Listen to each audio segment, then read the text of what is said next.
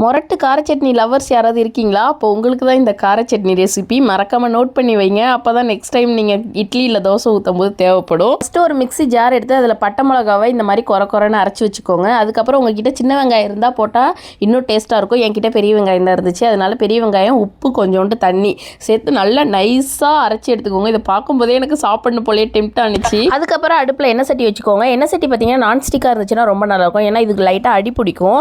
இதுக்கு full and full நல்லெண்ணெய் தான் தேவைப்படும். அதனால் நல்லெண்ணெய், கடுகு போட்டுட்டு இது பார்த்திங்கன்னா சின்ன வெங்காயம் என்கிட்ட இருந்துச்சு. இது மாதிரி நல்லா வதக்கணும். ரெட்டிஷ் ஆகிற அளவு நல்லா வதக்குங்க. அதில் லைட்டாக உப்பு போட்டுக்கோங்க.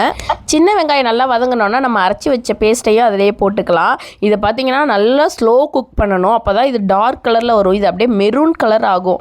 அப்போ தான் அந்த டேஸ்ட்டு வரும். எக்ஸாக்டாக நான் சொல்கிற டேஸ்ட் வந்துட்டு உங்களுக்கு அப்போ தான் வரும். இந்த மாதிரி லைட்டாக சுற்றி நல்லெண்ணெய் ஊற்றி நல்லா சுருண்டு வதக்கணும். இந்த மாதிரி நல்லா மெரூன் ஆகிற அளவு வதக்கிட்டு ஆஃப் பண்ணிடுங்க. இது கூட இட்லி வச்சு சாப்பிட்டா தான் பர்ஃபெக்டாக இருக்கும்.